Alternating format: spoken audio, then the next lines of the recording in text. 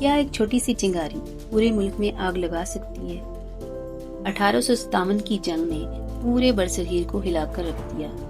یہ کہانی ہے سن 1857 کی۔ برصغیر میں ظلم اور زیادتی اپنی حد کو پہنچ چکی تھی۔ کسان، فوجی اور عام لوگ سب پریشان تھے۔ ہر طرف ایک خاموش غصہ چھپا ہوا تھا۔ انگریز حکمران اپنی طاقت کا غلط استعمال کر رہے تھے۔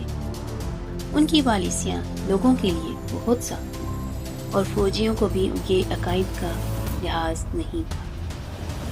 اور پھر وہ لمحہ آیا جب چھوٹی چھوٹی ناراضگی ایک بڑی آگ میں بدل گئی۔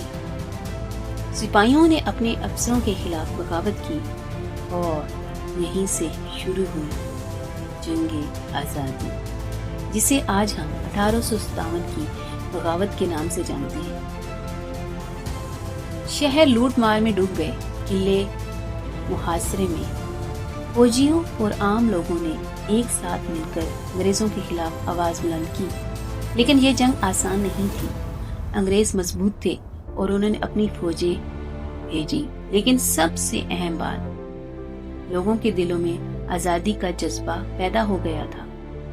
یہ جنگ صرف ایک علاقے کی نہیں تھی، یہ سب کے لیے ایک پیغام تھی کہ ظلم کے خلاف آواز اٹھانا ضروری ہے۔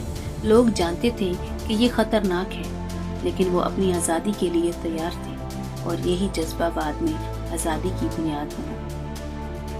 ظلم کے خلاف آواز اٹھانا بہت ضروری ہے۔ ایک چھوٹی چنگاری کبھی بڑے انقلاب کا آغاز بن سکتی ہے، اور حوصلہ اور اتحاد سب سے بڑی طاقت ہے۔